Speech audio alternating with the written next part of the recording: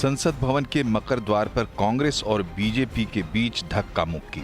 वजह एनडीए और इंडिया दोनों गठबंधनों के सांसद अंबेडकर के अपमान के खिलाफ प्रदर्शन कर रहे थे, लेकिन दोनों का आमना सामना हुआ तो उसके बाद दोनों पक्षों की कहानी अलग अलग हो गई।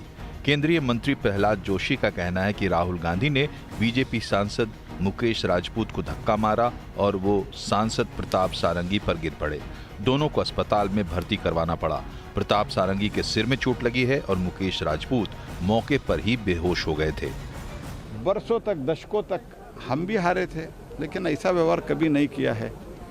और अभी झूठ फैलाने का कोशिश कर रहे हैं। मुझे अंदर जाने नहीं दिया। इधर तो साफ साफ है, तो लोग अंदर जाने के लिए उनको बोल रहे थे, जगह दे रहे थे, तो फिर भी उन्होंने पहले संदीप पात्रा को ऐसा एक मारा, बाद में इनको मुकेश जी को धक्का मारा। मुकेश जी को धक्का मारने के बाद उन्होंने सारंगी के ऊपर गया। सेक्शन 109 अटेम्प्ट टू मर्डर है। Section 109 is attempt to murder. Section 109 is voluntarily causing hurt. Section 117 is voluntarily causing grievous hurt. Section 125 act of endangering life और personal safety of others. Section 121 use of criminal force and section 351 criminal intimidation. इसको लेकर जब हमने इन धाराओं के अंतर्गत ये complaint दर्ज कराई है। वहीं कांग्रेस कह रही है कि वो लोग कई दिन से शांतिपूर्ण प्रदर्शन कर रहे हैं। आज एनडीए सांसदों ने प्रदर्शन शुरू किया तो उनका रास्ता रोक लिया। धक्का मुक्की में मल्लिकार्जुन खड़गे लड़खड़ाकर जमीन पर बैठ गए, जबकि उनके घुटने का ऑपरेशन हुआ है। राहुल गांधी कह रहे हैं कि मकर द्वार की सीढ़ियों पर बीजेपी सांसदों ने उनका रास्ता रोका और धक्का मारा। आपके कैमरा में होगा, ये पार्लियामेंट की एंट्रेंस है, इसमें मैं अंदर जाने की कोशिश कर रहा था तो बीजेपी के एमपी जो थे वो मुझे ऐसे रोकने की कोशिश कर रहे थे, धकेल रहे थे और मुझे धमका रहे थे, तो वो हुआ है बस।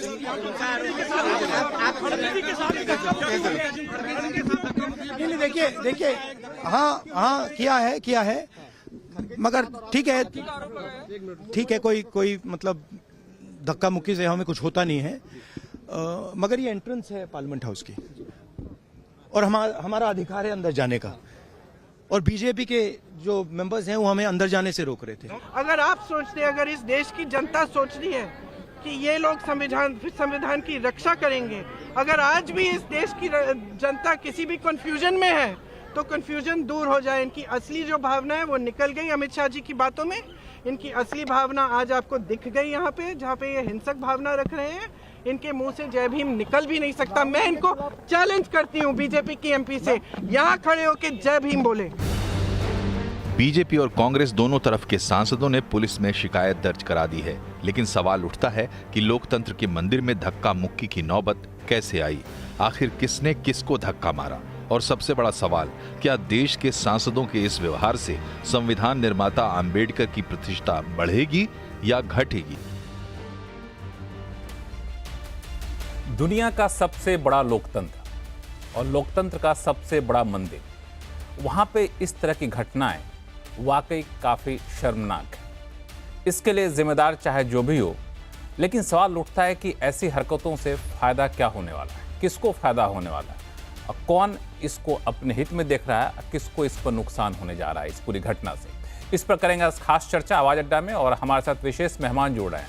नमस्कार, मैं हूं लक्ष्मण राव और अब मैं आपका परिचय कराता हूं मेहमानों से। बीजेपी की प्रवक्ता राधिका खेड़ा हैं, कांग्रेस के प्रवक्ता सुरेंद्र राजपूत हैं, वरिष्ठ पत्रकार हर्षवर्धन त्रिपाठी और सतीश के सिंह साहब हैं, और राजनीतिक विश्लेषक शुभांकर मिश्रा हैं। सबसे पहले मैं चलूंगा कांग्रेस के प्रवक्ता सुरेंद्र राजपूत जी के पास। सुरेंद्र राजपूत जी, इस पूरे मामले को लेकर के अंबेडकर पर गृह मंत्री के बयान के बाद जिस तरीके से कांग्रेस हमलावर हुई, तो ऐसा लग रहा था कि इस पूरे संविधान की लड़ाई में और अंबेडकर को अपने पक्ष करने की लड़ाई में कांग्रेस थोड़ी सी आगे निकलती दिख रही है। लेकिन आज की घटना ने, संसद में जो घटना हुआ, उस घटना ने कांग्रेस को एक तरह से फिर पीछे धकेल दिया है, या फिर जो कई बार विपक्षी आरोप लगाते हैं कि राहुल गांधी कई बार सेल्फ गोल कर लेते हैं, तो वो शायद सेल्फ गोल कर गए। ये आपका अपना सोचना हो सकता है लक्ष्मण राव साहब, लेकिन जो आज की घटना है उसका तो एक लाइन का जवाब है, छोटी सी बात है। और जिसको हमारे भारतीय जनता पार्टी के मित्र पता नहीं क्यों नहीं मान रहे, लोकसभा अध्यक्ष पता नहीं क्यों नहीं मान रहे, राज्यसभा अध्यक्ष पता नहीं क्यों नहीं मान रहे। आप मकर द्वार पर जो कुछ भी हुआ उसका सीसीटीवी फुटेज आप रिलीज कर दीजिए, दूध का दूध पानी का पानी हो जाएगा। भारतीय जनता पार्टी के सांसदों की गलती होगी वो दुनिया के सामने आ जाएगी, कांग्रेस के सांसदों की गलती होगी दुनिया के सामने आ जाएगी। हमारा स्पष्ट आरोप है, जब लोकसभा अध्यक्ष ने लिखित रूलिंग दे रखी है कि मकर द्वार पर कोई भी किसी भी तरीके का प्रदर्शन सांसदों को बाधित करने के लिए नहीं होना चाहिए, तो भारतीय जनता पार्टी के लोग फ्लैप कार्ड के साथ मोटी मोटी लाठियां लेकर के वहां पर जिस तरीके की हरकत कर रहे थे, लोगों को रोक रहे थे, उसका वीडियो फुटेज रिलीज हो जाए, उसमें साफ साफ क्लियर हो जाएगा। लेकिन ये हो क्यों रहा है? ये बिल्कुल ये वीडियो फुटेज रिलीज नहीं करने देंगे। हम जिम्मेवारी से कहते हैं इस बात को। क्यों? क्योंकि इनका सारा का सारा खेल सामने आ जाएगा। इनका खेल क्या है? संसद को न चलने देना। इनका खेल क्या है कि अडानी के मुद्दे से डायवर्जन करना, और जब अडानी के मुद्दे से डायवर्जन करना तब इधर उधर की बात करना। और कल जो परसों जो श्री अमित शाह जी ने बाबा साहब भीमराव अंबेडकर प्रति अपना असम्मान प्रकट किया, उसके बारे में उनको बचाने के लिए पूरी की पूरी भारतीय जनता पार्टी जिस तरीके से अपनी लो स्टूप पे उतर आई है, वो अपने आप में अतुलनीय है। मैं तो कहता हूं कि जिस सांसद ने भी आरोप लगाया, लगातार मुकेश राजपूत अपना बयान बदल रहे हैं, प्रताप सारंगी साहब अपना बयान बदल रहे हैं, और मैं जिस तरीके की वो महिला सांसद हैं उनके ऊपर उन्होंने एक बहुत गंभीर आरोप लगाया है। मैं तो चाहता हूं कि सीसीटीवी फुटेज रिलीज होते ही सारा का सारा दूध का दूध पानी का पानी हो जाएगा।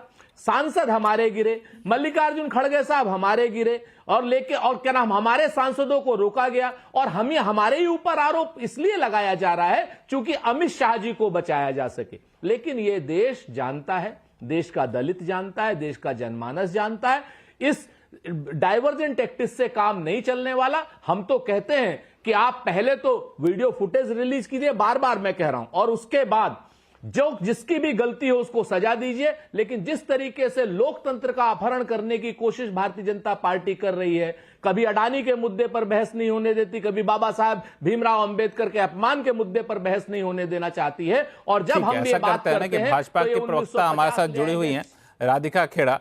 मैं आऊंगा आपके बाकी इतिहास वाली बात पे आऊंगा, आप इस शो में काफी वक्त है। राधिका खेड़ा जी, इन्होंने 2-3 मुद्दे उठाए। पहली बात कि जब अध्यक्ष पद से ये कहा गया है कि इस संसद भवन के एंट्रेंस पे आप धरना प्रदर्शन नहीं करेंगे, उसके बावजूद मकर द्वार पे भाजपा के सांसद क्यों वहां पे धरना प्रदर्शन कर रहे थे? Point number 1। पॉइंट नंबर 2 कि जब मामला इतना संगीन है तो उस पूरे मामले के सीसीटीवी फुटेज को क्यों नहीं रिलीज किया जाता है? सभी को नमस्कार।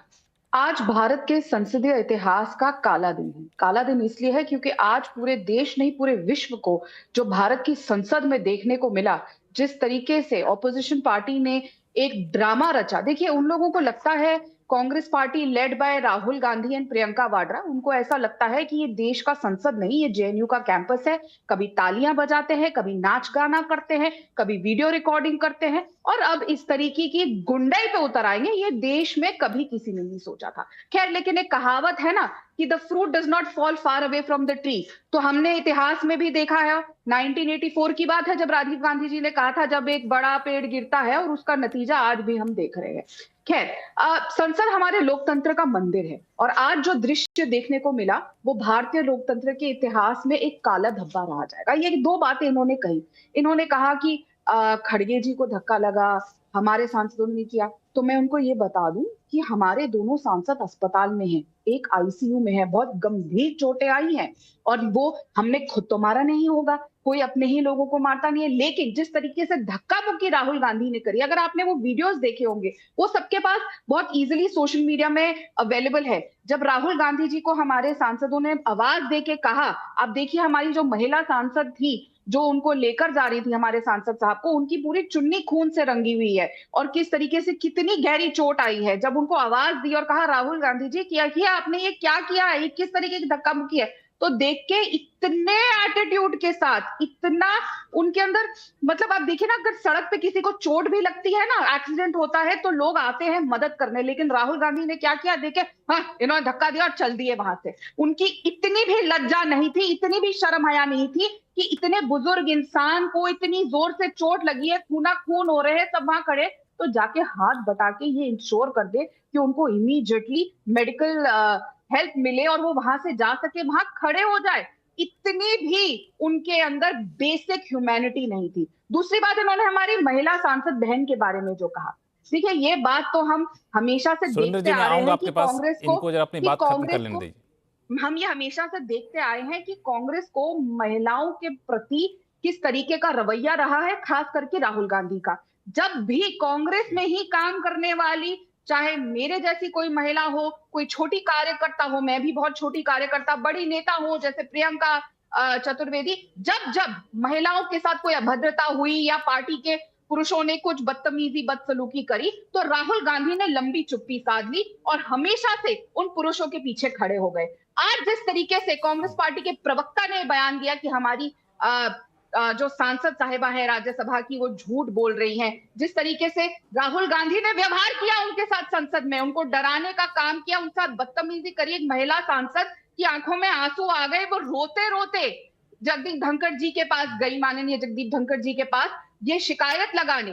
तो अब वो साफ होता आ रहा है कि ये जो लंबा इतिहास है कांग्रेस का महिला विरोध का, ये राधिका जी ये बड़ा ही राहुल गांधी इन गुंडों के महाराजा इसमें ऐसा लगता है कि आपकी जब बात सुनता हूं तो लगता है कि आप सही हैं, जब सुरेंद्र राजपूत जी की बात सुनता हूं तो लगता है सुरेंद्र राजपूत जी सही हैं, और सुबह से नेताओं के जो बयान आए उनके बयानों को जब जिनका सुनिए लगता है वो सही है। तो ऐसा करता हूं कि एक निष्पक्ष राय ले लेता हूं ओपनिंग कमेंट के तौर पे, फिर आप लोगों के पास वापस आऊंगा। सुरेंद्र जी, आपका इशारा दिख रहा है मुझे, ठीक है, बोलिए, 5 सेकंड का जवाब दीजिए आप। हाँ,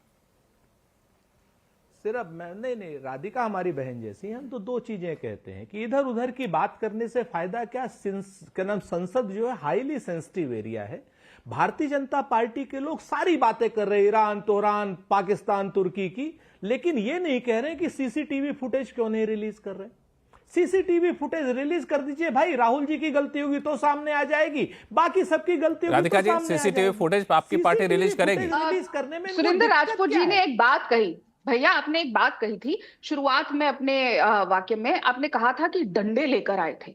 आप संसद में डंडे लेकर जा सकते हैं? आपका मेरे से ज्यादा राजनीतिक वो है, एक्सपीरियंस है, आप भी जानते हैं कोई डंडा लेकर नहीं जा सकता। सुरेंद्र राजपूत जी आपसे पूछ रहे हैं, सुरेंद्र राजपूत जी ये आपसे पूछ रहे हैं कि भाजपा सीसीटीवी फुटेज क्यों नहीं रिलीज करती है? क्या भाजपा सीसीटीवी फुटेज रिलीज करेगी?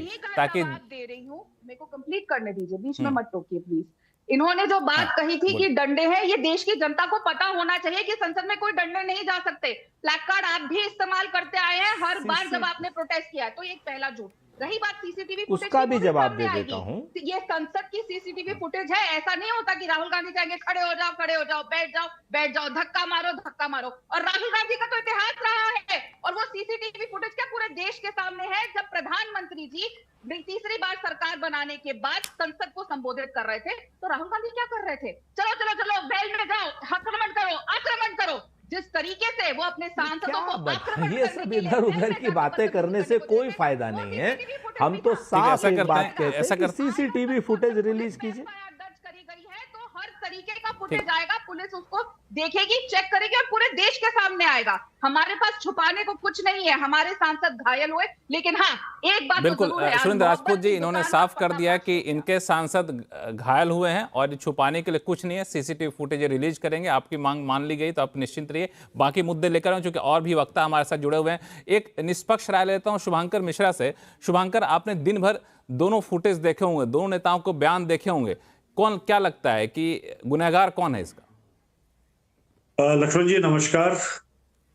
गुनहगार हमारी राजनीतिक व्यवस्था है, और मैं ये इसलिए बोल रहा हूं कि इसी व्यवस्था के चलते, चाहे वो कांग्रेस हो, चाहे भाजपा हो या समाजवादी पार्टी हो, हर वो दल जिन्होंने शायद कभी अपने दिल से बाबा साहब भीमराव अंबेडकर की इज्जत ना की हो या की हो, मुझे नहीं पता, बट आज मजबूरी में उन सबको भीमराव अंबेडकर की जय बोलनी पड़ रही है, जय भीम का नारा लगाना पड़ रहा है। ये यही कांग्रेस है। मैं सारी पार्टियों की थोड़ी थोड़ी अंबेडकर साहब की तरफ जो उनकी निष्ठा रही है वो बताता चाहूंगा आपको। 6 दिसंबर 1956 को अंबेडकर साहब का देहांत हुआ। ये देहांत दिल्ली में हुआ था, लेकिन दिल्ली में कोई उपयुक्त जगह उनके अंतिम संस्कार के लिए नहीं भारत सरकार को तब मिली। उनकी बॉडी को बॉम्बे फ्लो किया गया एंड बॉम्बे उतरने के बाद उनकी बॉडी को वहां उनके समर्थक चाहते थे कि शिवाजी पार्क में उनका अंतिम संस्कार किया जाए। शिवाजी पार्क में उनके लिए वो परमिशन तब की तत्कालीन कांग्रेस सरकार ने नहीं थी। अंततः उनका अंतिम संस्कार उनके एक मित्र श्री सीके बाले की निजी जमीन पर बीच के ऊपर हुआ। और आपको एक चीज और जानकर बहुत ताज्जुब होगा कि ये जमीन जो वहां पे थी, इंदू मिल की एक जमीन वहां पे 2012 में सेंट्रल गवर्नमेंट ने ट्रांसफर की अंबेडकर स्मारक बनाने के लिए। 1956 में देहांत हुआ, 2012 में वहां पे जमीन दी गई। मैं कोई तुलना नहीं करना चाहता कि किन किन नेताओं की राजघाट के आसपास समाधियां बनी हुई और क्यों बनी हुई, वो सबको मालूम है क्यों बनी है और किस लिए बनी है, किन की बनी है, लेकिन बाबा साहब अंबेडकर की वहां नहीं। ये एक फैक्ट है। क्यों है वो समय जानता बिल्कुल। ये आपने शुभांकर बड़ी बात कही कि अंबेडकर को लेकर के राजनीति जाता होती है। एक तरह से अंबेडकर के जो विचारधारा उन पे कौन कितना अमल को, उस पे आऊंगा शुभांकर, चूंकि 2 वरिष्ठ पत्रकार हमारे साथ जुड़े हुए हैं, सतीश जी और हर्षवर्धन। आपके पास आऊं, हाँ संक्षिप्त में 10 सेकंड में बोल दे शुभांकर, फिर बाकी लोगों के पास जाऊंगा। मैं ये कहना चाहता हूँ लक्ष्मण की हमारे जो भूतकाल के नायक हैं, चाहे वो पंडित नेहरू हो, चाहे वीर सावरकर हो, चाहे बाबा साहब अंबेडकर हो या श्यामा प्रसाद मुखर्जी हो, उनका आकलन आज के समय में होना चाहिए, जरूर होना चाहिए। एक साहित्यिक और एक राजनीतिक बहस उनके ऊपर होनी चाहिए, लेकिन ये आकलन आज के मानदंडों से हो ये कहीं से उचित नहीं है। आकलन उस समय के मानदंडों से होना चाहिए।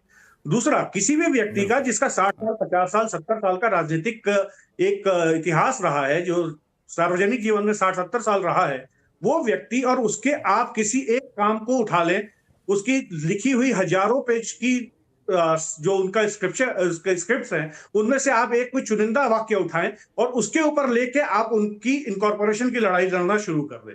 ये पूरी लड़ाई जो आपने पूछी, ये पूरी लड़ाई है अंबेडकर को कौन इनकॉर्पोरेट करेगा। अंबेडकर किसके, सतीश जी, इस अंबेडकर को कौन इनकॉर्पोरेट करेगा, अंबेडकर किसके हैं, तो आज की घटना के बाद ये लड़ाई किस तरफ जाती दिख रही है आपको सतीश सही? आप हमसे पूछ रहे लड़ाई? देखिए 2024 के चुनाव ने 2024 के चुनाव से हमें लगता है भारतीय जनता पार्टी को झटका लगा, और उसके बाद या थोड़ा पहले से भी ये प्रयास चल रहा है भाजपा और संघ परिवार की तरफ से कि अंबेडकरवादी हुआ जाए, अंबेडकर की लेगेसी को लिया जाए, और वो एक प्रयास चल रहा है। और चूंकि लोकसभा के चुनाव में इस तरह की संविधान वगैरह की बात हिट हो गई कुछ ऑपोजिशन पार्टीज की, तो वो हिल गए। इधर बहुत तेजी से मैं देख रहा हूं कि भाजपा हावी होती फिर से चली जा रही थी। उसमें ये जो हुआ माननीय गृह मंत्री जी का बयान, वो एक झटके की तरह आ गया, झटका हो गया, एक कहे कि गोल जैसा था। मीनिंग चाहे उनका जो भी हो, कांग्रेस पर हिट करना चाहते थे, कहीं न कहीं वो थोड़ा सा इस मामले में हिट विकेट हो गए। तो ये लड़ाई इस चीज का है भाई। लेकिन देखिए, जो कांग्रेस अंबेडकर जी के बारे में कहा जाता, अंबेडकर जी की तो गांधी जी से भी बहुत कुछ नहीं पटी। हरिजन शब्द उनको स्वीकार नहीं था, उनको ट्रस्टीशिप स्वीकार नहीं था। नेहरू ये अंबेडकर साहब को भारत के संविधान में उन्होंने हिंदू कोड बिल लाया जवाहरलाल नेहरू के साथ मिलके, तो क्या किसको नहीं वो स्वीकार था, ये सबको पता है। सतीश जी, एक मिनट, जो आपने कहा कि नहीं, आप ही के पास आ रहा हूं, आपसे जान ही रहा हूं, जो आपने कहा कि अमित शाह गृह मंत्री जो हैं उनके बयान से एक तरीके से झटका लग गया, तो आप क्या ये कहना चाह रहे हैं कि उस झटके की भरपाई आज की घटना है? मैं ये कहना चाह रहा हूं, राजनीति ऐसे ही चलती है। आज आप अंबेडकर साहब की चर्चा कम नहीं के बराबर कर रहे हैं। आज आप चर्चा करें कि संसद में हुआ क्या, किसने किसको मारा, ढकेल दिया, कोई आईसीयू में फलां फलां फलां फलां, हम वो कह रहे हैं कि हम घायल, हमको उसने मारा, उसने ये मारा, यही चर्चा हो रही है। मैं और कुछ नहीं कहना चाहता, बस आप इसी में समझ जाइए, राजनीति यही है। मेरा जो मैं मूल बात कहना चाहता हूं, ये बात सही है, कांग्रेस पार्टी, कांग्रेस, हाँ राजनीति है, कांग्रेस पार्टी अंबेडकर जी के प्रति और फेयर हो सकती थी। हो सकता है नेहरू जी और अंबेडकर जी के बीच में व्यक्तिगत टकराव हो, ये संभव है, लेकिन इतना मैं तो जरूर समझ सकता हूं राजनीति शास्त्र के विद्यार्थी के नाते कि जो मौजूदा संविधान है उस पर शुरुआत में आरएसएस का क्या रुख था, हिंदुत्व पर क्या नाम है और हिंदू कास्ट ऑर्डर पर अंबेडकर साहब का क्या रुख था, ये सब तो सबसे किसी से छुपा हुआ नहीं है। तो यहां पर लगता है वो वैचारिक मतभेद है। तो लेकिन अगर हिंदुत्व को, हिंदुओं को पूरी यूनिटी में ले जाना है तो जाहिर सी बात है कि जो ओबीसी है, जो सबाल्टर्न वर्ग है, जो हमारे दलित भाई बहन है, उसको भारतीय जनता पार्टी को अपने लेगेसी में लाना होगा। तो अंबेडकर को स्वीकार उनको करना ही पड़ेगा। यहां पर आके ये बात है और उसमें जो सुराख लगा 24 के चुनाव में, उसके बाद ये भाजपा में और ज्यादा विचार प्रबल हो गया। इधर जो है हिंदू बटोगे तो कटोगे, ये सब नारे हम सुन रहे हैं, उससे बीजेपी की वापसी हुई है, संघ की वापसी हुई है। उसमें ये जो एपिसोड पर कल का था वो थोड़ा झटका जैसा था। तो आपने सही कहा, लगता है आज भरपाई करने का पूरा प्रयास हुआ। गलती किसी की भी होगी भी, अब इसकी जांच तो मैं त्रिपाठी जी कि गलती किसी की भी हो, लेकिन आज का झटका उसी की भरपाई करने के, कल के झटके की भरपाई करने की आज की घटना, आप सहमत हैं इससे? नहीं, देखिए, इसमें एक बात ज़रूर है कि राजनीति ऐसे होती है कि जो आपके खिलाफ की बात हो वो होनी बंद हो जाए। और अभी क्या होनी बंद हो गई है? आपने कितने दिनों से जॉर्ज सोरोस का नाम नहीं सुना? कितने दिनों से सोरोस और सोनिया गांधी के रिश्तों पर जो आरोप भाजपा ने लगाया था वो नहीं सुना? कितने दिनों से जॉर्ज सोरोस और राहुल गांधी, जो जॉर्ज सोरोस कहते हैं राहुल गांधी करते हैं, जिस पर भाजपा ने बड़ी लंबी चौड़ी प्रेस कॉन्फ्रेंस की, उसको आपने नहीं सुना? तो ये ठीक बात है कि पिछले कुछ समय में जिस तरह से पहले वो अडानी थे, अब अडानी गायब हो गए। और मुझे तो बड़ा आश्चर्य होता है कई बार, कांग्रेस जिस तरह से काम कर रही है, ठीक है आप कह देंगे कि भाई अंबेडकर जी पे क्या बोल दिया, तो अमित शाह का एक भी शब्द ऐसा नहीं था जो बाबा साहब अंबेडकर का अपमान करने वाला था। अंबेडकर जी इस देश के नायक हैं, राष्ट्र नायक हैं। लेकिन मैं बड़ी गंभीरता से एक बात कह रहा हूं, जैसे जवाहरलाल नेहरू, जैसे श्यामा प्रसाद मुखर्जी, उन सब से पहले वीर सावरकर, जब आज के समय में कहता हूं तो इस देश का सबसे बड़ा राष्ट्र नायक स्वातंत्र वीर विनायक दामोदर सावरकर हैं, जो 2 बार काला पानी की सजा जिनको मिली। सुभाष चंद्र बोस जैसे हैं। वैसे ही आप डॉक्टर भीमराव अंबेडकर को भी एक नायक के तौर पर देखते हैं। लेकिन आप कल्ट बना दें, आप इस्लाम की तरह ब्लास्फेमस बना दें कि अच्छा कोई चर्चा भी करेगा क्या, बात भी करेगा। हम कहां जा रहे हैं? और हम जब इंटेलेक्चुअल डिबेट, देखिए नेता लोग तो इस पे भी लेके उड़ेंगे, लेकिन हमारा तो कोई कुछ बिगाड़ नहीं पाएगा। इसलिए ठीक है, मैं राजनीति में नहीं हूं, हमको कौन सा चुनाव हारना जीतना है। लेकिन क्या इसकी चर्चा हम लोग कर रहे हैं क्या? आज जो कुछ हुआ, इससे पहले जो हुआ, यह सचमुच न्यूनतम स्तर जो राजनीति का होता है वहां जा रहा है।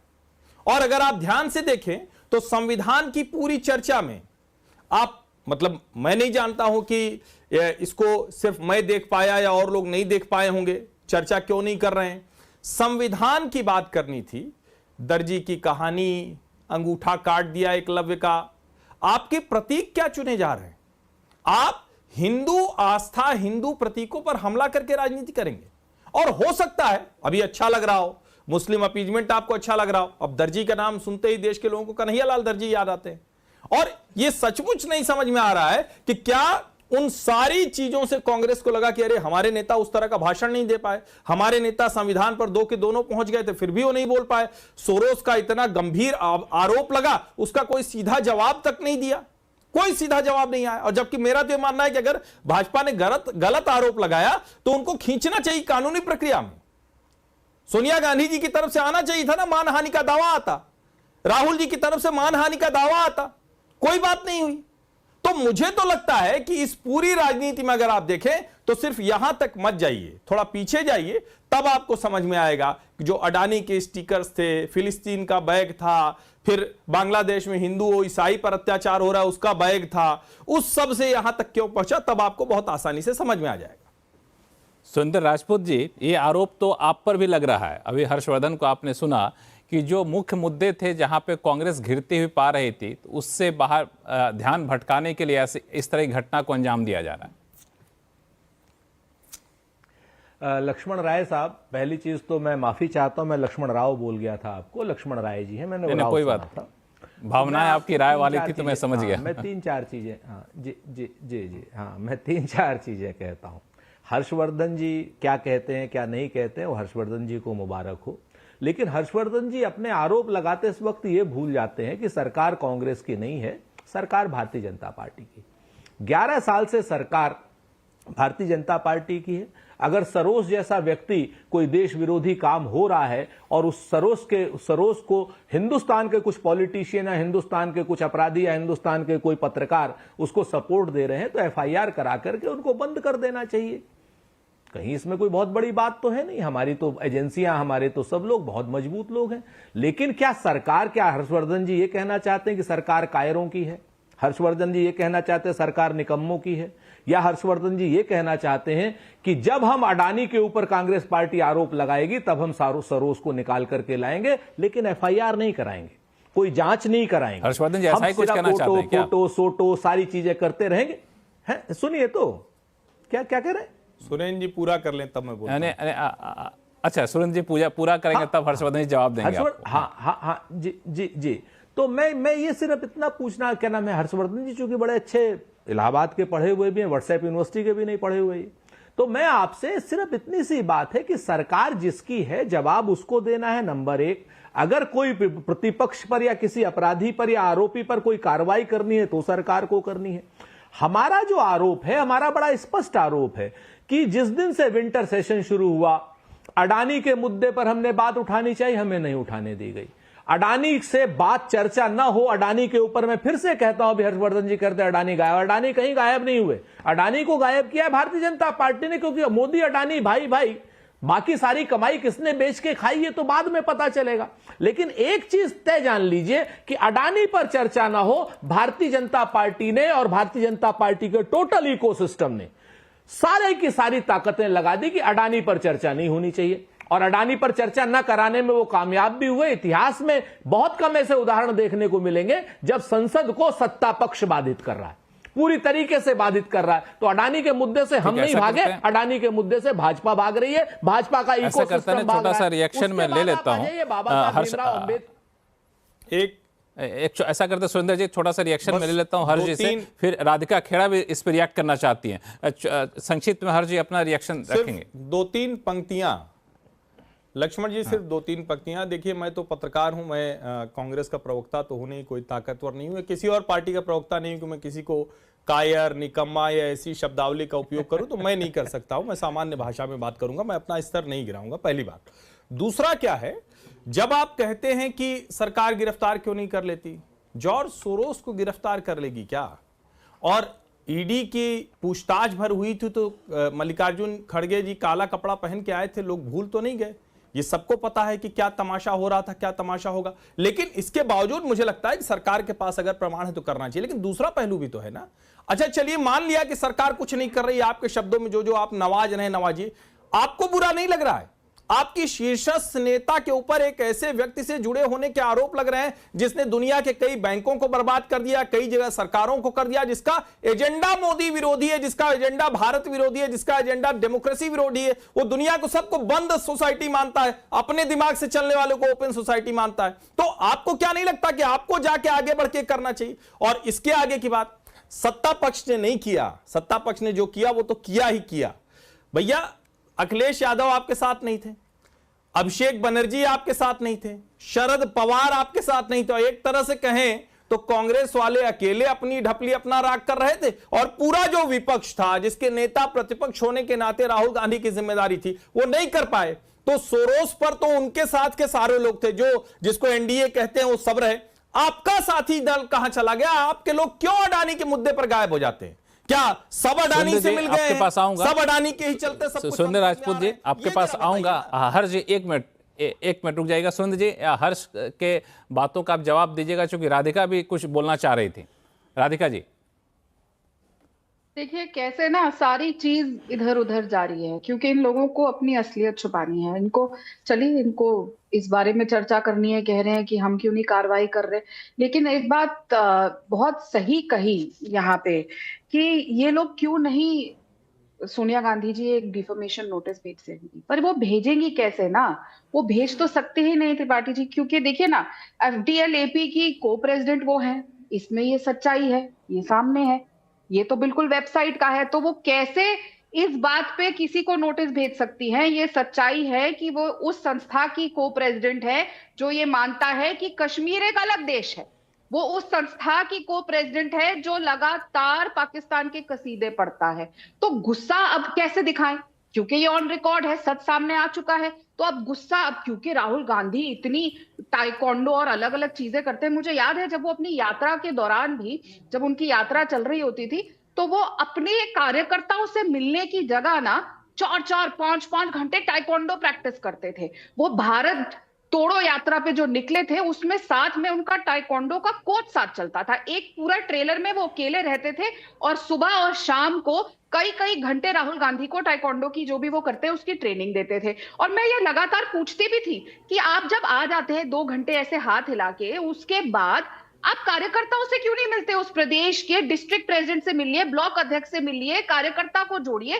तो वो उनसे मिलने की जगह राहुल गांधी का ट्रेलर अलग पार्क होता था और 4-4 घंटे का अभ्यास चलता था। अब ये नहीं पता था कि जो ये अभ्यास चल रहा है उसका नतीजा कहां देखने को मिलेगा। नतीजा कहां देखने को मिला?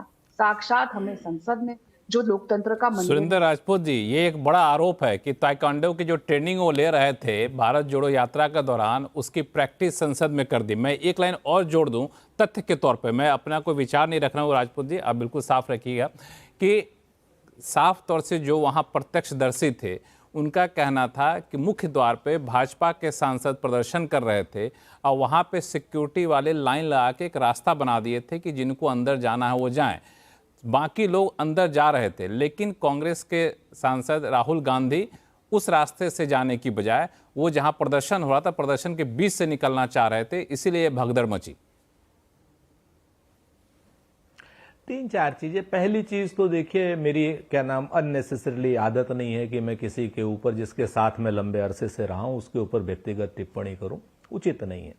ये अपनी सबकी सोच है, इसको लेकर के मैं कोई निजी टिप्पणी नहीं करना चाहता। लेकिन आप करना चाहते तो Surendra ji, the floor is yours, please go ahead, because जब व्यक्तिगत टिप्पणियों की बात तब आती है। ठीक है राधिका जी, ठीक है राधिका जी, बोल लेने दीजिए। राधिका जी 1 मिनट बोल लेते हैं तो फिर आप अपनी बात रखिएगा, बोलने दीजिए।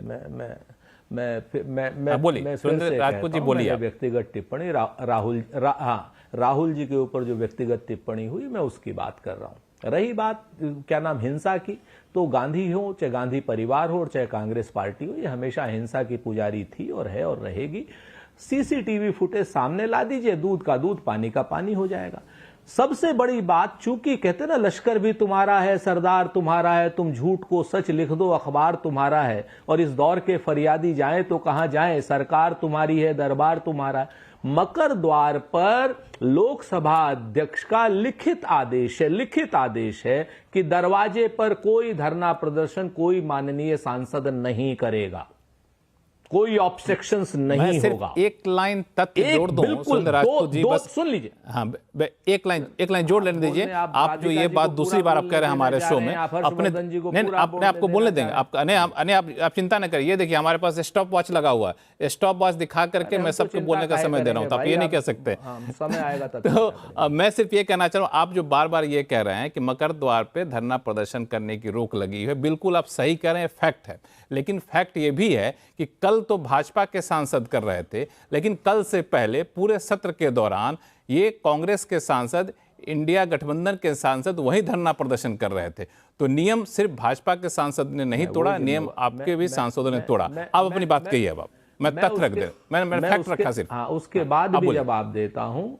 हाँ, वही फैक्ट मैं रख रहा हूं। दरवाजा किसी ने बाधित नहीं, किसी भी इंडिया गठबंधन के माननीय सदस्य ने दरवाजा बाधित नहीं किया। भारतीय जनता पार्टी के सदस्यों ने दरवाजा बाधित किया है, और इसीलिए भारतीय जनता पार्टी के जितने लोग हैं वो सीसीटीवी फुटेज से डर रहे हैं।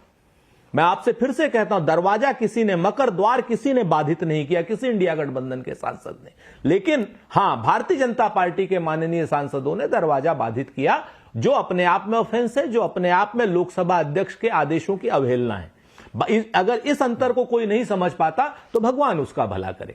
मैं आपको फिर से एक बात कहता हूं कि ये आप सीसीटीवी फुटेज क्लियर करके उसके बाद आप जितनी फुटेज लेना चाहें देश में ले लीजिए, पूरे देश में राहुल गांधी जी को जो कुछ कहना चाहें कह दीजिए, लेकिन आप जब तक सीसीटीवी फुटेज नहीं आप सामने रखेंगे तब तक दूध का दूध पानी का पानी नहीं होगा। आप जार सरोस पे हमारे मित्र हर्षवर्धन त्रिपाठी जी लगातार कह रहे हैं कि वह डिफेमेशन, ये अभी यही तो आप भारतीय जनता पार्टी वाले लोगों की डाइवर्जेंट टैक्टिक्स है। हम नहीं फंसने वाले इसमें। हम आपसे फिर से बता दें, हमने तो इससे बड़े बड़े नीचता भले आरोप जो हैं क्या नाम झेले हैं हर्षवर्धन त्रिपाठी जी, और समय ने सबका जवाब दिया है। मैं फिर से आपसे कहता हूं कि अडानी के मुद्दे पर बहस में आप अखिलेश यादव को ले आइए, आप किसी को ले आइए, शरद पवार साहब को ले आइए, लेकिन मुख्य मुद्दे से नहीं भटकाना पड़ेगा, क्योंकि अडानी जी ने सारे संसाधनों पर कब्जा किया है। ये अपने आप में सच नहीं। अरे भाई फिर से वही, आप फिर से बीच में मेरे को दो प्रवक्ताओं के जवाब देने पड़ रहे हैं। आपके साथ नहीं गए? नहीं प्रवक्ता ने हर्ष भाई सुन लीजिए, अरे सुनिए ना, सुन लीजिए। नहीं हमारा हर्ष भाई बिल्कुल पत्रकार है, हर्ष भाई संघ विचारक है, और मैं जिम्मेवारी से कहता हूं हर्ष भाई संघ विचारक है। इसको मैं आधिकारिक रूप से कह रहा हूं, हर्ष भाई इसको जो है डिनाई कर दे। जवाब दे दूं इसको लेकर के मुझे ठीक है राधिका जी, और मैं आपसे फिर से कहता हूं आपसे कि लक्ष्मण जी अभी तो जवाब आपने मेरा पूरा जवाब ही नहीं, पहले हर्षवर्धन जी टोक देते हैं, फिर उसके बाद राधिका बहन टोक देती हैं। आपने 3.5 मिनट तक बोल दिया, 3.5 मिनट तक आपने बोल दिया, थोड़ा सा दूसरे वक्ता अरे 3.5 मिनट में 3 बार तो आपने टोका, 2 बार हर्षवर्धन जी ने टोका, 2 बार राधिका जी ने टोका, 3.5 मिनट में सारा समय तो इनको दे दिया आपने। खैर करिए। अच्छा, अगली बार जब आपके पास आऊंगा तो बिल्कुल बीच में किसी को नहीं बोलने दूंगा, इस बात की गारंटी देता हूं। राधिका खेड़ा जी संक्षिप्त में 30 सेकंड में अपनी बात रखिए। सतीश जी हमारे साथ जुड़े हुए, सतीश जी और शुभांकर जी के पास जाऊंगा। लक्ष्मण जी अभी तो गनीमत बनाई, अभी तो हर्षवर्धन त्रिपाठी जी को भी प्रवक्ता बना दिया, अभी तक आप पे ये आरोप नहीं लगाया है, वरना अधिकतर कांग्रेस के प्रवक्ता एंकर को ही हमारा प्रवक्ता बता देते हैं। यहाँ पे बोला गया कि मैंने व्यक्तिगत टिप्पणी करी। अरे राहुल गांधी वहां पे भारत यात्रा जा रहे थे, ये क्या व्यक्तिगत टिप्पणी है? भारत तोड़ो यात्रा पे थे, क्या ये व्यक्तिगत टिप्पणी है? वहां पे वो लोगों से मिलने के बाद अपनी ट्रेनिंग टाइकोंडो की कर रहे थे और उसका उन्होंने आज प्रदर्शन वहां पे दिखाया, और यहाँ पे बार बार दरवाजे की बात करी जा रही है। तो मुझे ये समझ नहीं आ रहा, जब सीआरपीएफ ने वहां पे राहुल गांधी जी को कहा कि आप यहां से मत जाइए, आप वहां से चलिए, यहाँ पे सिक्योरिटी इशू आएगा, आप दूसरी तरफ से चलिए, तो राहुल गांधी ने ये क्यों जिद करी कि नहीं मैं तो इधर से ही जाऊंगा? और क्यों नहीं आप इस बारे में बात करते सुरेंद्र भाई कि राहुल गांधी, ये देखिए ये तो आप भी जानते हैं, आपको मैं बहुत व्यक्तिगत रूप से जानती हूँ, बहुत अच्छे इंसान है आप, जिस तरीके से लोगों की सेवा करते हैं, और हर नेता का काम होता है क्योंकि हम जनता के सेवक हैं। तो जब किसी को ऐसे सड़क पे आप कहीं पे भी देखेंगे, चाहे वो आपका दुश्मन भी हो, उसको चोट लगी होगी, तो आपका पहला रिएक्शन क्या होगा? और मैं बहुत जिम्मेदारी से कह सकती हूँ कि सुरेंद्र भैया वहां पे अगर राहुल गांधी की जगह होते तो हमारे जो सांसद को चोट लगी थी उनके पास जाते, उनका हाल पूछते, उम्र में बड़े थे, उनका हाथ पकड़ते, शायद उनको मदद करने की कोशिश करते। लेकिन जो रवैया राहुल गांधी का था वो साफ और साफ इस तरफ पे जाता है कि वहां पे क्या हुआ है। और फिर मैं बोल रही हूँ बहुत जिम्मेदारी से, मैंने पहले भी क्लियर कर दिया, हर फोटो आएगी, हर सीसीटीवी फुटेज आएगी, पर हर चीज की प्रक्रिया राधिका जी आपको मैं रोकूंगा यहाँ पे। और आपने जो बात कही है, उस तस्वीर को बार बार अलग अलग सोशल मीडिया पे, टीवी चैनलों पे दिखाया भी गया है कि किस तरीके से राहुल गांधी वहां से वापस हो गए, बजाय उनसे सहानुभूति पूर्वक कुछ बात करने के, कुशलक्षेम पूछने के। इसका जवाब लूंगा और सुरेंद्र राजपूत जी ये जवाब देना भी चाहते हैं, लेकिन छोटा सा ब्रेक ले लेता हूं। ब्रेक के बाद आऊंगा तो बगैर किसी रोक टोक के सुरेंद्र राजपूत जी के पास जाऊंगा, वो अपनी बात रखेंगे बगैर किसी रोक टोक के।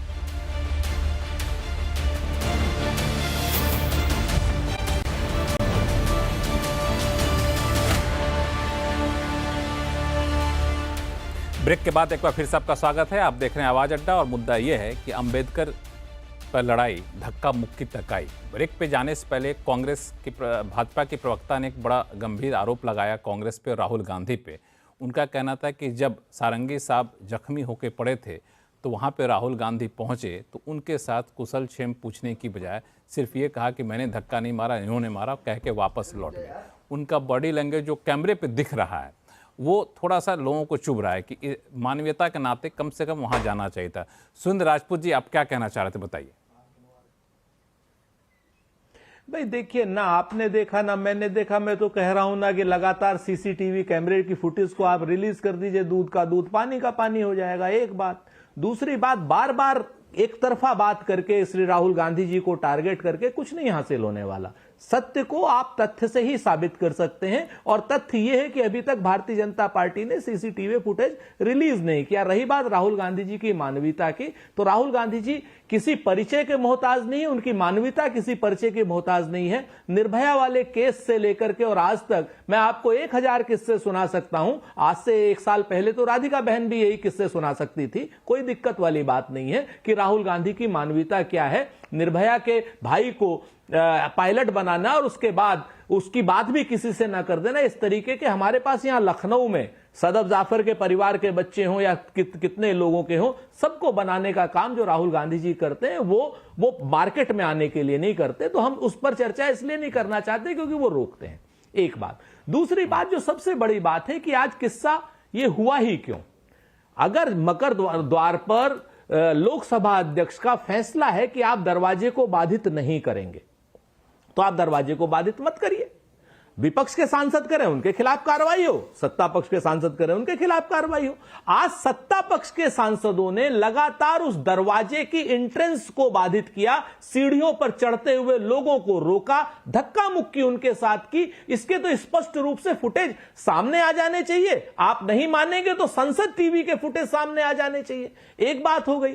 दूसरी बात, फिर से आप विषयांतर की बात करेंगे तो बात आएगी यहां पर, लगातार एक ही बात आएगी कि साहब आपने संसद चलने क्यों नहीं दी, सत्ता पक्ष ने संसद क्यों नहीं चलने दी, जबकि काम विपक्ष का होता है संसद में सवाल पूछने का, विरोध करने का। ऐसी कौन सी दिक्कत आ गई अडानी जी के साथ में कि आप संसद नहीं चलने दे रहे हो? और ऐसी कौन सी दिक्कत आ गई कि जब अडानी जी का हम बात उठा, जब हमारी बात जब हमारी होती है जाकर के, तो जब हमारी बात होती है तब हमारे ऊपर यह विषयांतर क्यों किया जाता है कि इंडिया गठबंधन का फलाना दल साथ नहीं है, ढिमकाना दल साथ नहीं है, हर्षवर्धन जी कुछ अलग कहेंगे, राधिका जी कुछ अलग कहेंगी, फिर उसके बाद आरोप प्रत्यारोप का दौर आएगा। आप एक बार जेपीसी कराइए ना अडानी जी की, सब दूध का दूध, साफ पानी का पानी सामने आ जाएगा। सतीश जी बैठे हैं यहां पर, पूछिए उनसे कि किस तरीके से अमित शाह जी ने जो बात कही वही बात कहते मैं कह दूं लक्ष्मण राय जी आप बहुत खराब आदमी हैं और ये फलाना, मैं नहीं कह रहा हूं, ये कमलेश कह रहे हैं यहां पर। सच बात तो यह है कि मेरे मुंह से निकला है ना, अपमान बाबा साहब का अमित शाह जी ने किया है।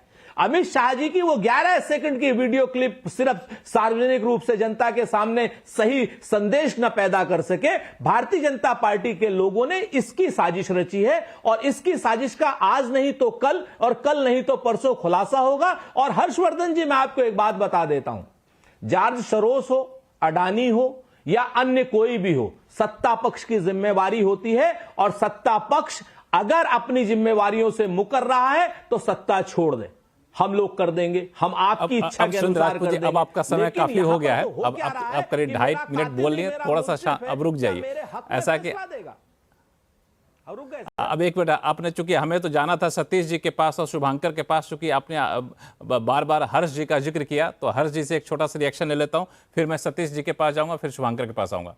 हर्ष जी। नहीं लक्ष्मण जी, अभी जब मैंने कहा कि क्यों नहीं सोनिया जी मानहानि का दावा करती तो सुरेंद्र राजपूत जी ने कहा कि हम उनके ट्रैप में नहीं फंसने वाले। तो भैया वो भी राजनीति कर रहे हैं और आपको 10 साल से अधिक समय सत्ता से बाहर रखे हैं, तो वो भी आपके ट्रैप में नहीं फंसने वाले हैं। मोदी जी आपसे ज्यादा राजनीति तो जान ही रहे, कम से कम देश तो ऐसे मानता है। दूसरा, जब आप ये कहते हैं कि सत्ता छोड़ दो तो भाई आपकी तो इच्छा रहेगी, लेकिन भला कहां कोई सत्ता छोड़ता है? राहुल गांधी ने फाड़ दिया था अध्यादेश प्रतीकात्मक तौर पर, हम लोग प्रेस क्लब में, वो याद है 2013 वाला, तब भी कहां किसने सत्ता छोड़ी थी? वो तो जनता ने हटाया। और देखिए लोकतंत्र की खूबसूरती है सुरेंद्र भाई, जनता ही तय करेगी। जनता को लगा कि राहुल गांधी कुछ थोड़ा ठीक करेंगे तो 99 पर पहुंचा दिया। अब जनता ही तय कर रही ना कि नरेंद्र मोदी प्रधानमंत्री बने हुए हैं, जनता ही तय कर रही कि हरियाणा और महाराष्ट्र में उनकी सरकार बनी, झारखंड और जम्मू कश्मीर में आपके सहयोगियों की सरकार बन गई। तो मुझे लगता है कम से कम इसको तो थोड़ा स्वीकार कीजिए। और जेपीसी पर जनता ही तय करेगी। हर जी ने बड़ी महत्वपूर्ण बात कही कि सुनना चाहिए। बिल्कुल सतीश जी, हर्ष जी ने एक बड़ी अच्छी बात कही कि जनता ही तय करेगी, लेकिन इसमें आज जो घटना हुई, 2-3 महत्वपूर्ण बातें, धक्का मुक्की हुई, उसके बाद ये जो फुटेज बार बार दिखाया जा रहा है, सारंगी साहब का गिरना, खून निकलना, फिर आईसीयू में भर्ती होना, एक महिला द्वारा गंभीर आरोप लगाया राहुल गांधी जी पर, तो ये सारी घटना जिस तरीके से एक नए रूप में आ गई है, आपको लगता है कि कल तक कांग्रेस जो थोड़ा सा आगे निकल रही थी, यहाँ पे थोड़ा सा आज की घटना थोड़ा सा उनको एक बैकफुट पे लाते हुए दिख रही है? देखिए, मैं नेता की तरह तो नहीं बोल पाऊंगा, किसी पार्टी की तरह। मैं तो कह रहा हूं कि यह सवाल जो है आज सीसीटीवी फुटेज की जगह टीवी फुटेज का आ गया है। ये टीवी फुटेज में देख लीजिए, पूरा भाजपा एकदम पूरा पूरा पूरा एकदम, कोई ऐसा आदमी है जो नहीं बोल रहा है। थोड़ा सा लखनऊ से सन्नाटा जरूर है। बात आपकी सही है, बात आपकी सही है कि जो वहां क्या हुआ, फिर मैं कह रहा हूं उस पर मैं कुछ नहीं बोलना चाहता हूं। अगर जिसने गलत किया फिर गलत है, इसमें कहा है, ठीक है। लेकिन ये बात तो आपकी बिल्कुल सही है, पीछे आगे पीछे। अब देख लीजिए कल क्या हो रहा था और आज क्या हो रहा है, बाकी छोड़ दीजिए लोगों के ऊपर क्या हो रहा है नहीं हो रहा है। हम क्यों इसमें टिप्पणी करके इसमें फंसे भाई, रहने दीजिए ना। कौन गलत सही जनता फैसला करती है, तो बहुत कुछ फैसला तो की है 2024 में। बिल्कुल, जनता फैसला करते, बहुत कुछ फैसला करेगी। शुभंकर मिश्रा बहुत देर से इशारा कर रहे थे कुछ अपनी बात रखने के लिए, क्या कहना चाह रहे हैं बताइए। लक्ष्मण जी, जो अभी सुरेंद्र जी ने बोला कि लोकसभा अध्यक्ष के आदेशों का कांग्रेस कितनी दिली तरीके से उनके आदेशों को मानती है, वो हम लोग हर रोज लोकसभा के लाइव टेलीकास्ट में देखते हैं। खैर वो बात अलग है, और मुझे मतलब बहुत खुशी होती है कि हमारे यहाँ इतने विद्वान प्रवक्ता हैं जिनको पता है कि जनता को कैसे बेवकूफ बना। सुरेंद्र जी बार बार सीसीटीवी फुटेज को रिलीज करने की बात भाजपा से कर रहे हैं। मजे की चीज है, उनको भी पता है कि ये अधिकार राज्यसभा सभापति और लोकसभा के अध्यक्ष का है। राज्यसभा और लोकसभा के अंदर किसी पार्टी की या इवन सरकार की भी नहीं चलती है। समय आने पर ये फुटेज अगर लोकसभा के अध्यक्ष और राज्यसभा के सभापति चाहेंगे तो वो रिलीज कर देंगे। वो सुरेंद्र जी को पता है और उनको मालूम है कि अगर फुटेज उनके फेवर की होगी तो इस पे वो फिर से फुटेज लेंगे, और अगर फुटेज उनके फेवर की नहीं होगी तो किसी और मुद्दे पे बोलेंगे। सुरेंद्र जी माफी चाहता हूं, लेकिन आप लोग कुछ साल पहले तक अंबानी अदानी दोनों का नाम लेते थे। आजकल कैसा क्या हो गया कि अंबानी साहब आपकी लिस्ट से बाहर हो चुके हैं और अदानी साहब आपके उन राज्यों में बहुत अच्छे हो जाते हैं जहां आपके साथ वो बैठ के काम कर रहे हैं या इन्वेस्ट कर रहे होते हैं। और ताज्जुब एक और है, दोनों माननीय प्रवक्ता बैठे हुए हैं, सुश्री कोन्याक का नाम दोनों नहीं ले पा रहे हैं। ये आपकी हमारे नॉर्थ ईस्ट के लोगों की तरफ कितनी आपकी दिली इच्छा के साथ आप उनके साथ जुड़े हुए हैं। और राधिका जी, आपकी तो खुद की पार्टी की वो एमपी हैं, आप भी उनका नाम नहीं ले पा रही हैं। शायद से सुना होता, मैंने शुरुआत में उन्हीं की बात करी थी, आप मिस कर गए, वो मेरी गलती नहीं है। और मैंने यही बात कही थी कि किस तरीके से महिला के साथ राहुल गांधी ने क्या काम किया। मैडम मुद्दा साफ है, आप नाम नहीं ले पाए। राजनीति आप लोग कर रहे हैं और रसातल की तरफ जाने की एक बहुत लंबी तैयारी है। पता नहीं रसातल कितना गहरा आप लोग लेके जाएंगे। क्या बोला था मैडम, मुझे याद है, आप दोबारा सुन लीजिएगा, आप नाम नहीं ले पाई थी। ठीक है, ऐसा करते शुभंकर जी, एक मिनट, शुभंकर जी एक मिनट इनको अपनी बात, शुभंकर जी एक मिनट रुक जाते हैं। राधिका मैं आपके पास आऊंगा, एक मिनट सुरेंद्र राजपूत जी के पास जाता हूं। सुरेंद्र राजपूत जी, आपने बाकी वक्ताओं की राय सुनी, लेकिन मुझे एक इस पूरी घटना में एक बात जो दिखी वो ये है कि कुछ दिन पहले तक अलग अलग मुद्दे पर आपके जो गठबंधन के साथी थे, चाहे टीएमसी हो चाहे समाजवादी पार्टी हो, वो बिल्कुल अलग अलग हो गए थे कई सारे मुद्दे पर, चूंकि उनके अपने क्षेत्रीय मुद्दे थे उसको उठाना चाहते थे। लेकिन इस बात को तो आप मानेंगे कि इस घटना ने आपके गठबंधन के साथियों को फिर से एकजुट करने का मौका दे दिया है। जैसे राहुल गांधी से आकर के हाथ मिलाना सपा का, फिर टीएमसी का इसके समर्थन में जुट जाना, आम आदमी पार्टी तक जो अब तक अकेले चल रही थी वो भी आपके साथ हो गई। ये तो आपके लिए तो अच्छा हुआ। ये चीज आप लोग नहीं समझ पाएंगे लक्ष्मण राय साहब, क्योंकि हर चीज को आप राजनीति के व्यापार के पैमाने से हानि और लाभ के तराजू में देखते हैं।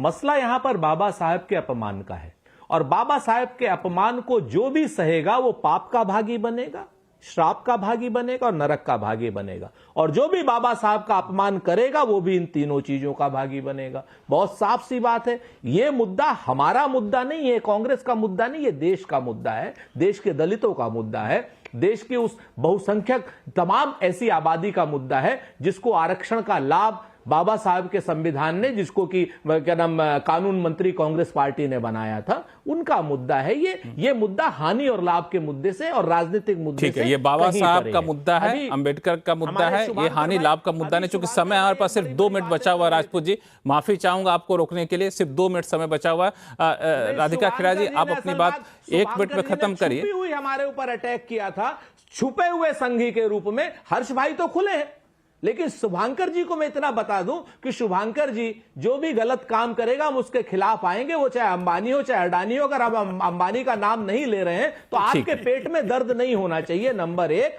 और नंबर 2, अगर अडानी भी कोई कानून सम्मत कार्य हमारे राज्य में करता है तो अडानी के खिलाफ हम नहीं जाएंगे। आप लोग मूल रूप से सिर्फ भाजपा को जिताना चाहते हैं। राधिका खेड़ा जी, ये 45 सेकंड आपको देता हूं, सिर्फ एक बगैर लाइन। किसी रोक राधिका जी को रोक के सिर्फ एक लाइन। बिल्कुल बिल्कुल लीजिए। हाँ, बोलिए। बोलिए। हाँ, लीजिए राधिका जी देखिए, तैयार। पूरी डिबेट में 3 बार 4 बार सुरेंद्र भाई ने कहा संघी हैं। भैया हम देश विरोधी नहीं है, हम देशद्रोही नहीं है, हमारे ऊपर ऐसे आरोप नहीं लगते।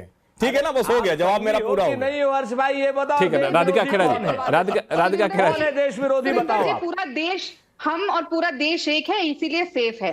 खैर, यहाँ पे बात कही गई कि अंबेडकर जी के जो लोग अपमान करेंगे उनको पाप चढ़ेगा। बिल्कुल सही पकड़े सुरेंद्र भाई, इसीलिए आप लोगों को पाप चढ़ रहा है उस बात का जो आपने अंबेडकर जी को कभी भी सम्मानित नहीं किया और कभी भी भारत रत्न नहीं दिया। उस बात का पाप लग रहा है जो नेहरू जी के चलते उनको इस्तीफा देना पड़ा कैबिनेट से, और नेहरू जी ने कहा था उनके होने ना होने से कोई फर्क नहीं पड़ता। और इस बात का भी पाप चढ़ रहा है कि कैसे राहुल गांधी जी के पिताजी ने शाहबानो केस में अंबेडकर जी के बनाए सतीश जी, कानून- ठीक है, समय खत्म हो रहा है। राधिका खेड़ा जी, एक छोटा सा कमेंट मैं सतीश जी से ले लूंगा, फिर मैं आगे चला जाऊंगा क्योंकि समय खत्म हो रहा है। सतीश जी, ये सारा मुद्दा एक तरफ छोड़ दीजिए, लेकिन अभी तात्कालिक मुद्दा कई लोग सवाल मुझसे पूछ रहे, तो मैं सोचता था कि शो में आपसे पूछ लूंगा कि दिल्ली चुनाव आने वाला है।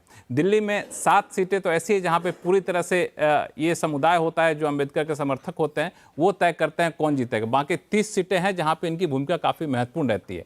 तो यहाँ पे दिल्ली चुनाव में ये पूरी घटना किस करवट जाएगा, किस तरह से देखा जाएगा? ये तो मुझे लगता है जो सत्ताधारी पार्टी है दिल्ली में उसको फायदा पहुंचाएगा। कैसे? बस मैंने आपने एक लाइन में जवाब मांगा था, आपका समय बचा दिया। चलिए, तो अच्छा रहा, ऐसे एक लाइन में जवाब मिले तो हम लोग कई सारे मुद्दों पर काफ़ी सटीक और त्वरित टिप्पणी ले पाएंगे। आप सभी मेहमानों का बहुत बहुत शुक्रिया हमारे शो में जुड़ने के लिए। तो जैसा कि आपने देखा कि एक राय निकल कर आई कि संसद में जो कुछ हुआ, हर कोई एक दूसरे पर आरोप प्रत्यारोप ज़रूर लगा रहे थे, लेकिन कोई एक निष्पक्ष राय तो ज़रूर कहा है कि ऐसी घटना होनी नहीं चाहिए। ये थोड़ा सा दुर्भाग्यपूर्ण होता है और सबसे बड़ा लोकतांत्रिक संस्था है, तो वहाँ पे शायद अगली बार से ये कोशिश होगी कि ज़्यादा सभ्य तरीके से सभी लोग पेश आएंगे। तो आवाज़ अड्डा में फिलहाल इतना ही, और देखते रहिए CNBC आवाज़। नमस्कार।